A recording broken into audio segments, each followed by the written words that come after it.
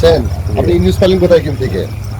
এখানে মেলা আজকে যে ও এইটা মানে যে ঈদ উপলক্ষে এইটা আমি আর আগে জামাইয়ের বাসায় গেছিলাম তো ভক্তবাদ দেখি মানে দেখছি ভুক্ত জানার সাথে গেছিলেন?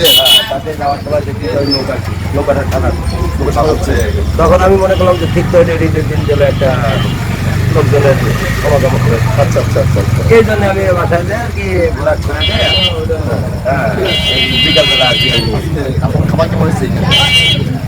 আমি হবে বোধ হয় কষ্ট হচ্ছে আজকে। এখন আর কি হিসাব করি না হয়তো হবে এখন হিসাব করেন টাকা সময়। না আইডিয়া আর কি এটা নিজস্ব আপনার idea? হ্যাঁ নিজের সব আর গরম করে চলে আসছে কে আপনাকে সারা দিলেন?